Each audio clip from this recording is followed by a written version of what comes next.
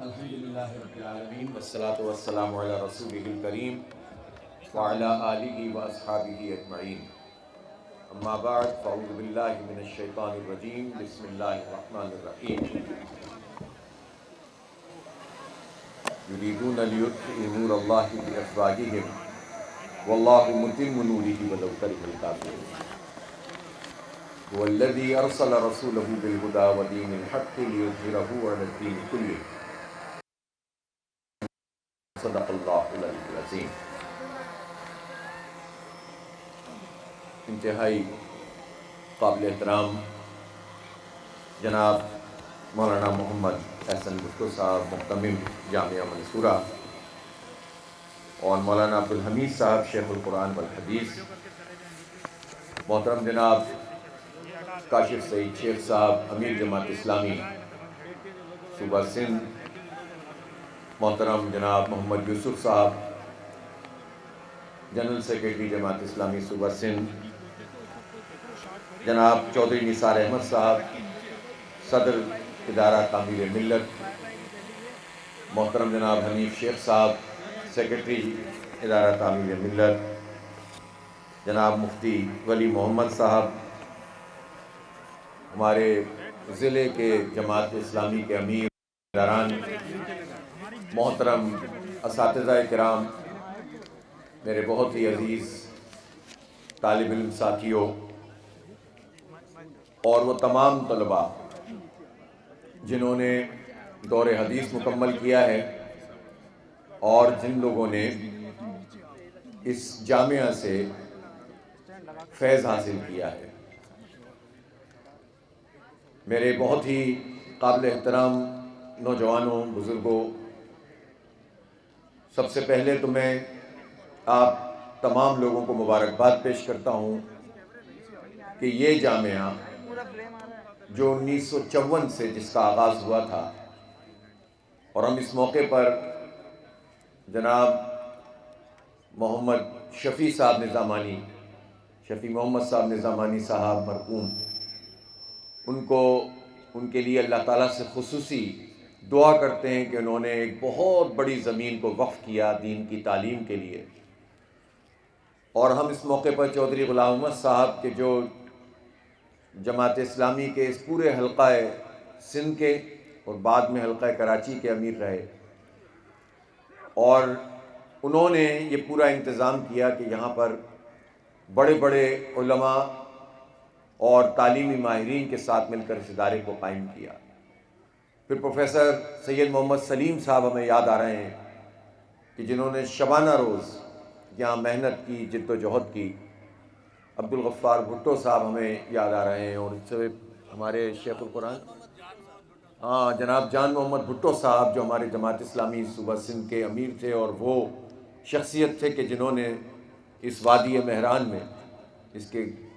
گوٹ گوٹ جا کر، دیہاتوں میں جا کر، بستی بستی جا کر دین کی تعلیم ہمیں جو ہے وہ پہنچائی۔ اور جتنے بھی ہمارے اساتذہ کے گزشتہ دنوں ہمارے بزرگ حافظ لطف اللہ صاحب کا انتقال ہوا، مولانا آغا محمد صاحب جو ہمارے بہت ہی شفیق دوست تھے، بھائی تھے،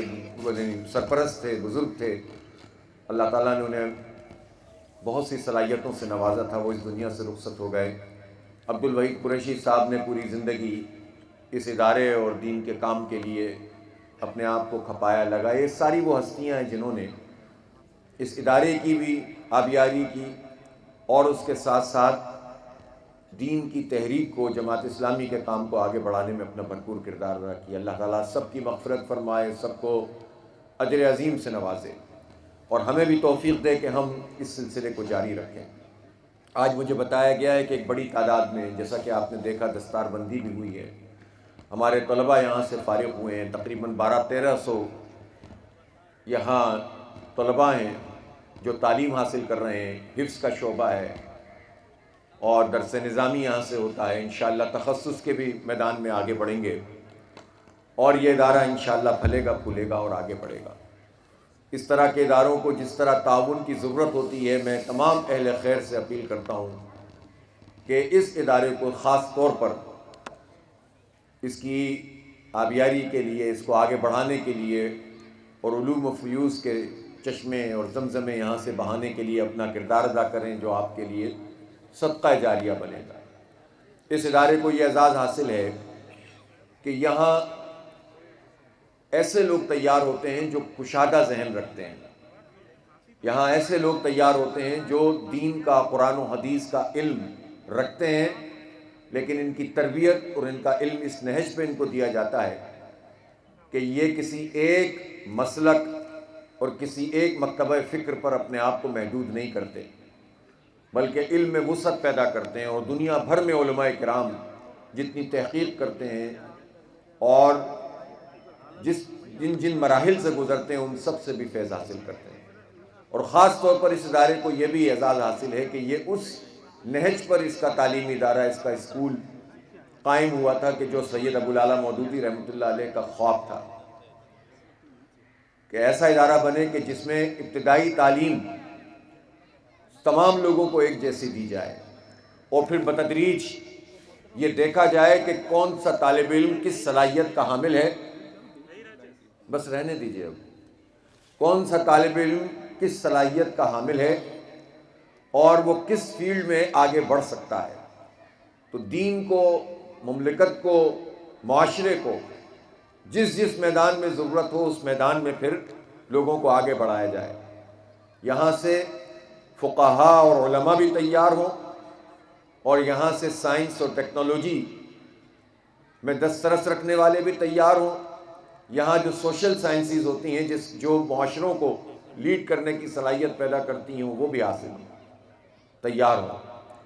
اور اسی لیے اس جامعہ سے تیار لوگ پوری دنیا میں اس وقت اپنی اپنی فیلڈز میں مقام بنا چکے ہیں۔ تو یہ وہ ایک خواب تھا سید مودودی کا، اور وہ چاہتے تھے کہ اس ملک میں بھی وہی نظام تعلیم ہو، تاکہ یہ جو دوہرا پن ہے کہ ایک اسٹریم وہ ہوتی ہے، یعنی ایک وہ سلسلہ چل رہا ہوتا ہے کہ جس میں صرف دینی علوم سکھائے جا رہے ہوتے ہیں، قرآن و حدیث کا اور فقہ کا علم سکھایا جا رہا ہوتا ہے، اور ان کو دنیا کے معاملات سے اور وہاں کے فلسفوں سے اور نظریات سے اور دنیا کے نظاموں سے کوئی علاقہ نہیں ہوتا۔ اور دوسری طرف وہ لوگ تیار ہو رہے ہوتے ہیں کہ جو یہ جدید تعلیم تو حاصل کر لیتے ہیں لیکن انہیں دین کا علم نہیں ہوتا۔ تو دین اور جدید علوم جو ہیں اس میں کوئی تفریق تھوڑی ہے، یہ تو وقت کی ضرورت ہوتی ہے، اس میں ایک مطابقت پیدا کر دی جائے اور ایسا نظام تعلیم وضع کر لیا جائے جو ان تمام چیزوں کو ایڈریس کرتا ہو، اور پھر تخصص پیدا کیا جائے ہر ایک فیلڈ میں، تو معاشرے کی تمام ضروریات پوری ہو سکتی ہیں اور ایک ذہن بن سکتا ہے۔ پھر یہ بعد اور یہ دوری نہیں ہوگی کہ جو مدرسے کے پڑھنے والے ہیں وہ الگ طریقے سے ٹریٹ کیے جائیں اور جو اسکول اور کالجوں کے پڑھنے والے ہیں وہ الگ طریقے سے ٹریٹ کیے جائیں۔ میں ان تمام طلباء سے کہ جنہوں نے دور حدیث مکمل کیا ہے یہ گزارش کرنا چاہتا ہوں کہ اپنے علم کے اس سلسلے کی تکمیل نہیں ہوئی ہے، یہ سمجھ لیں آغاز ہوا ہے۔ جو دین کا علم ہے یہ بحر ذخار ہے، اور اس میں تو ابھی آپ غوطہ-زن ہوئے ہیں، ابھی تو آپ کو اس میں سے بہت کچھ حاصل کرنا ہے۔ ہمیشہ تدریس سے وابستہ رہیں، چاہے آپ کوئی بھی پیشہ اختیار کریں، اور اس تدریس کے سلسلے کو کبھی نہ چھوڑیں۔ ہمیشہ اپنے علم کے اعتبار سے یہ سوچیں کہ ابھی بہت کچھ آپ کو حاصل کرنا ہے، ابھی آپ عالم بنے نہیں ہیں۔ دنیا آپ کو کچھ بھی کہے، آپ اپنے اندر عجز اور انکساری پیدا کریں، اس لیے کہ یہ جو ہمارا علم ہے دین کا، یہ حلم اور بردباری سکھاتا ہے، یہ کبر نہیں سکھاتا۔ لیکن اس کے ساتھ ساتھ یہ بھی سوچیں کہ آپ کو کسی قسم کا احساس برتری یا احساس کمتری کچھ نہیں ہونا چاہیے۔ یہ بھی نہ سوچیں کہ ہمیں دین آتا ہے اور باقی سب لوگ چونکہ نابلد ہیں تو یہ چھوٹے لوگ ہیں، کمزور لوگ ہیں۔ اگر یہ کمزور ہیں تو ان کی کمزوری دور کرنا آپ کی ضرورت ہے۔ آپ ایک داعی دین بن رہے ہیں، آپ ایک دین کے لمبردار بن رہے ہیں۔ آپ کو دیکھ کر معاشرے دیکھیں گے کہ دیندار لوگ کیسے ہوتے ہیں۔ آپ کا رویہ، آپ کا اخلاق، آپ کا کردار، آپ کا عمل، آپ کے معاملات، یہ پورے دینی طبقے کو ریپرزینٹ کریں گے، اس لیے آپ کی ذمہ داری اب بڑھ گئی ہے۔ لیکن اس کے ساتھ ساتھ یہ بھی نہ سمجھیں کہ ہم تو مدرسے کی لائن کے لوگ ہیں اور ہم دنیا کے معاملات میں پیچھے ہٹ گئے اور پیچھے رہ گئے، ایسی کوئی بات نہیں ہے۔ ہاں یہ بات ضرور ہے کہ دور جدید کے حوالے سے بھی جو ضروریات بنتی ہیں اس میں بھی دسترس حاصل کرنے کی کوشش کریں جتنی آپ کر سکتے ہیں۔ اور آپ یہ دیکھیں کہ دنیا بھر میں حالات کے اعتبار سے علماء کرام نے کون کون سی آراء قائم کی ہیں۔ کسی ایک فقہی رائے میں بند ہو کر باقی سب کے بارے میں یہ رائے قائم کر لینا کہ وہ باطل رائے ہے، یہ علم کو محدود کر دیتی ہے اور سوچ کو بھی محدود کر دیتی ہے، اور آپ کو دین کے بجائے مسلک کا پرستار بنا دیتی ہے۔ جو چیزیں نصوص ہیں قرآن اور حدیث میں واضح ہیں وہ تو اپنی جگہ موجود ہیں، اس پہ تو کسی کو اعتراض نہیں ہے، وہ تو تمام فقہاء اس پر اتفاق کرتے ہیں۔ لیکن جو نصوص نہیں ہے، جس میں اختلاف رائے موجود ہے، اس اختلاف رائے کو باعث برکت بنایا جائے، بجائے اس کے کہ کسی ایک رائے پر قائم ہو کر دوسروں کو باطل قرار دیا جائے۔ جو لوگ اس طرح کا ذہن رکھتے ہیں وہ دین کو محدود کر دیتے ہیں، خاص طور پر نوجوان نسل کو اس سے دور کر دیتے ہیں،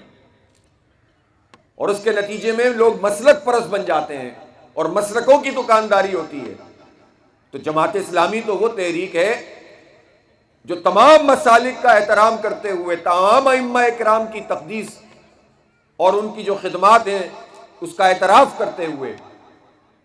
یہ چاہتی ہے کہ تمام لوگ جو لوگ بھی قرآن و سنت سے اخذ کر رائے قائم کرتے ہیں ان تمام آراء کا احترام کریں، چاہے آپ کسی ایک رائے پر قائم ہوں وہ قائم رہیں،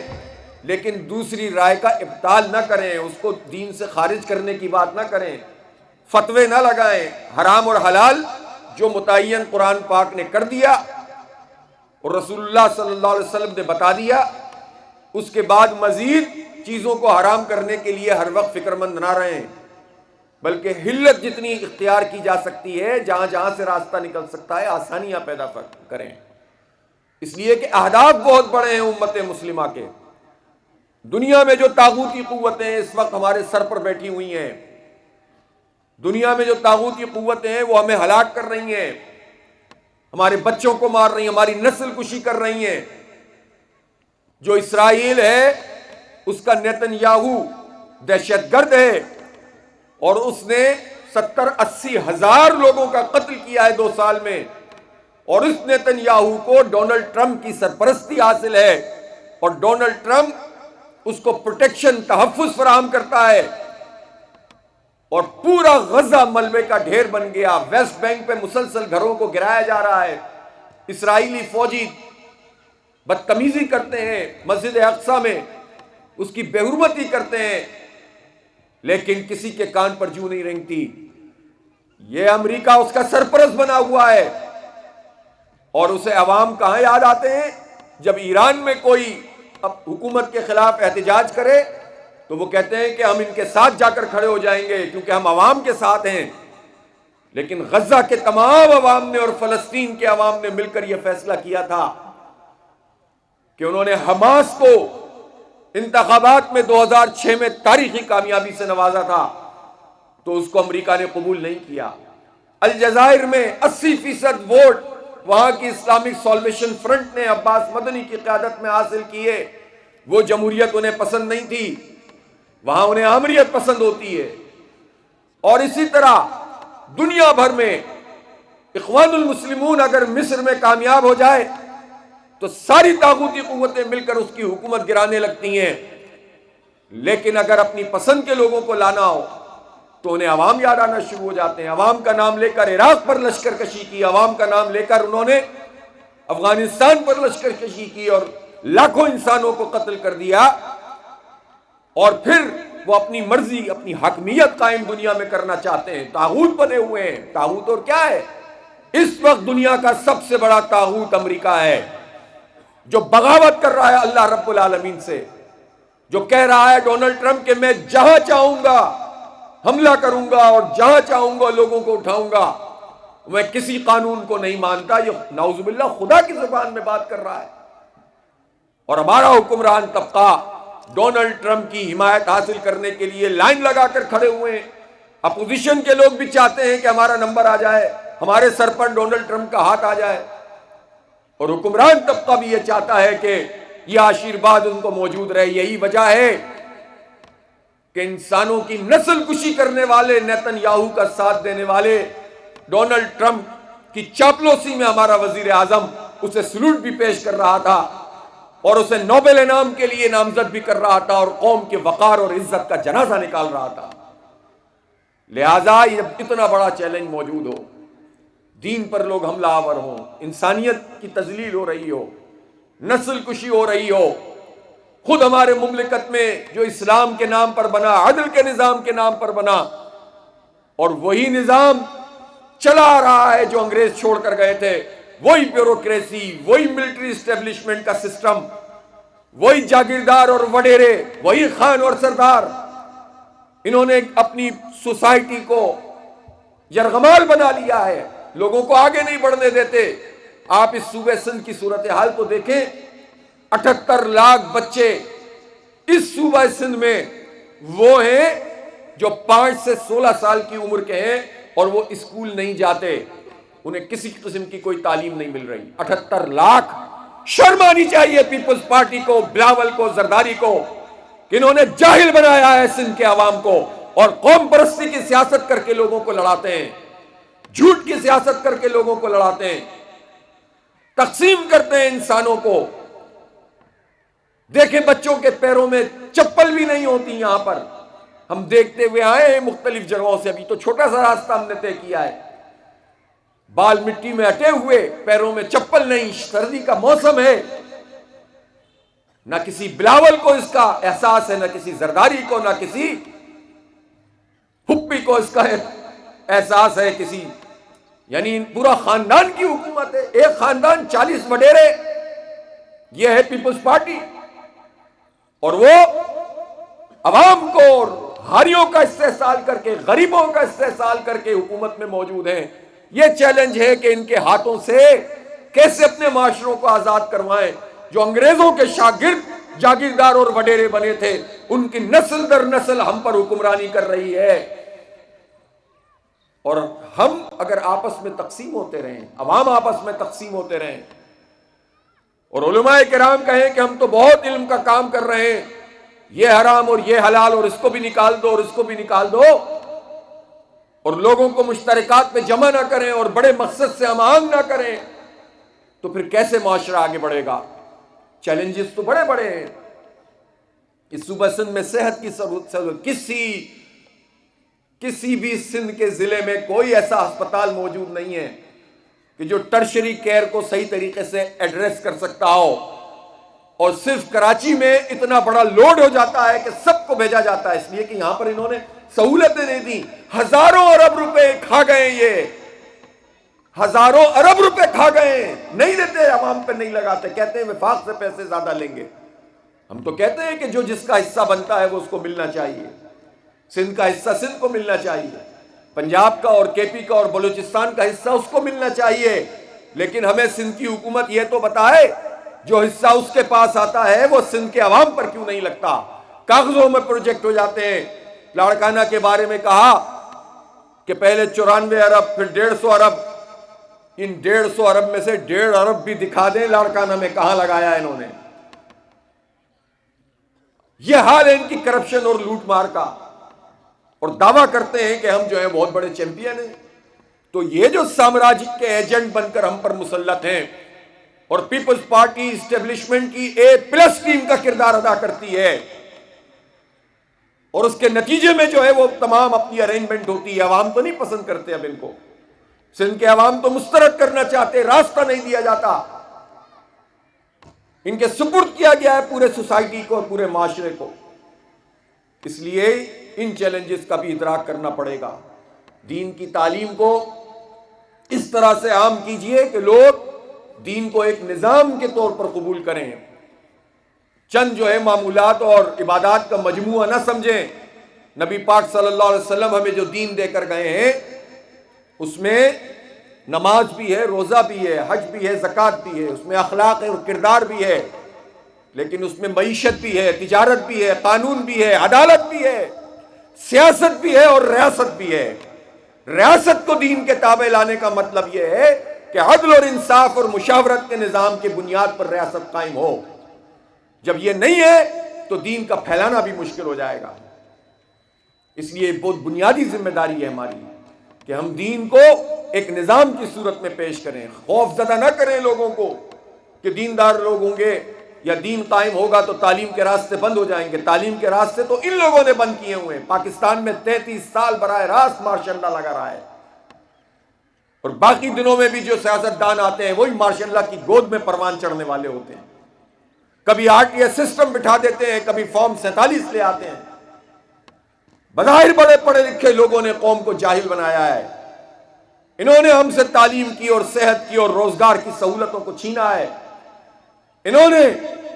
ہمارے کسانوں کا حق مارا ہے۔ یہ بتائے ذرا پیپلز پارٹی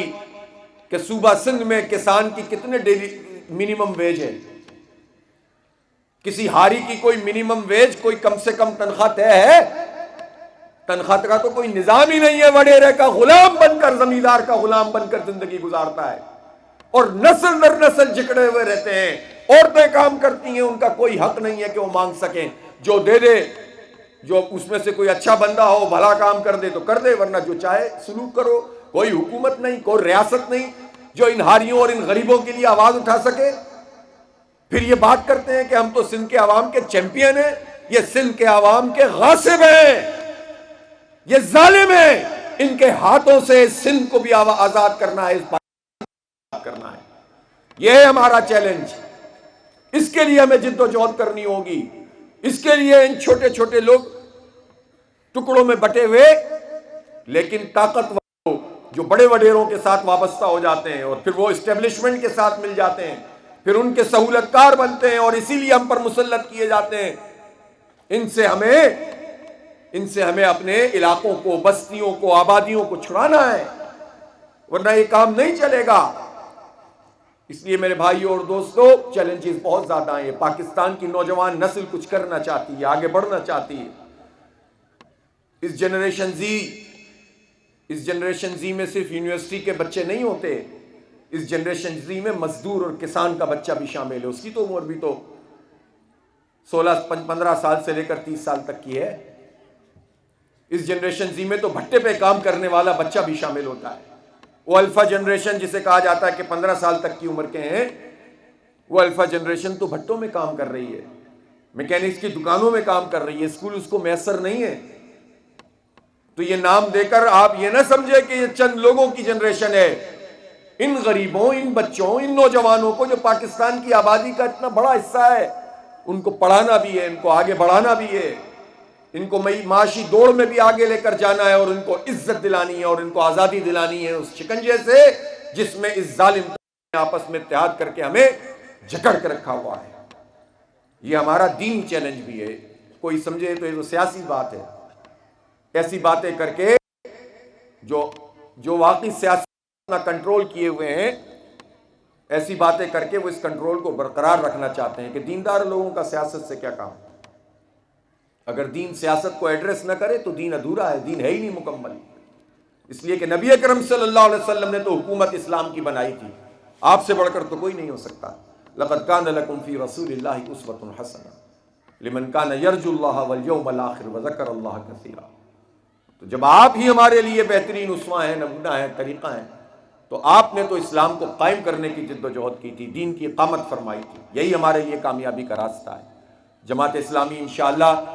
سندھ کے عوام کو اس طرح تنہا نہیں چھوڑے گی۔ اب بہت ہو گیا۔ میں چاہوں گا ہمارے کاشف شیخ صاحب یہاں پر موجود ہیں، انہوں نے اپنا پورا پلان بنایا ہے کہ کس طرح یہ جو 10 12 15 بڑے مسائل ہیں ان کو لے کر ہم عوام کے پاس جائیں گے، اور بدل دو نظام تحریر جو ہم نے اجتماع عام لاہور سے جس کا مینار پاکستان سے اعلان کیا ہے، سندھ کی بستی بستی، گوٹ گوٹ، دیہات دیہات انشاءاللہ پہنچیں گے، عوام کو اپنا پیغام بھی پہنچائیں گے، اور ان میں ہمت بھی پیدا کریں گے، ان میں جرت بھی پیدا کریں گے، اور نوجوان نسل کو ساتھ لے کر چلیں گے۔ ان کو ہم قرآن و سنت کی تعلیم بھی دینے کی کوشش کریں گے، اور انہیں جدید ٹیکنالوجی سے بھی ہم آہنگ کریں گے۔